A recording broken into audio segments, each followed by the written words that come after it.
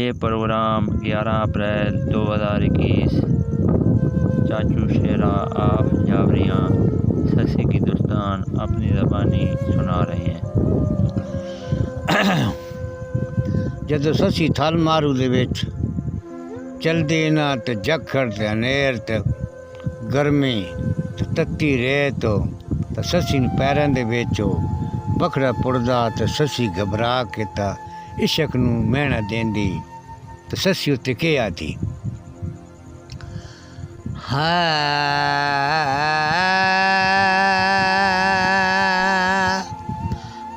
عشقا برباد تھویں تا تیری ہک ہک چوٹ نہ بھلدی قسم خدا دی ہک تو بن ہوندوں تے سسی تھل مارو دے وچ کیوں رلدی ہک ہک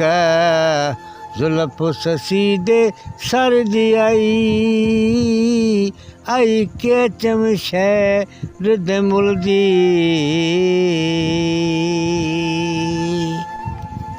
ہوئے باسیا کھا